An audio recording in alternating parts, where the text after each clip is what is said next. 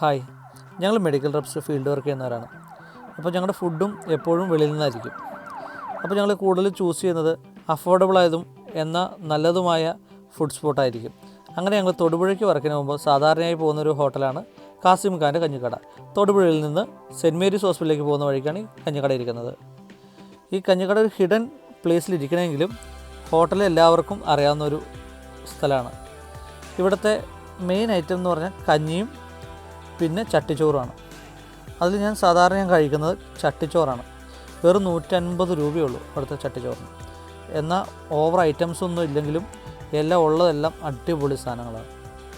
അതിൽ മീൻ കറിയുണ്ട്, പപ്പടമുണ്ട്, മീൻ വറുത്തതുണ്ട്, അതുപോലെ ബീഫ് ഫ്രൈ ഉണ്ട്, മുട്ട പൊരിച്ചതുണ്ട്, അച്ചാർ, മോര് കറി എല്ലാം ഉണ്ട്. അതിൽ മീൻ കറി എടുത്തു പറയേണ്ടത് ഇന്ന് കിട്ടിയത് കേരക്കറിയാണ്.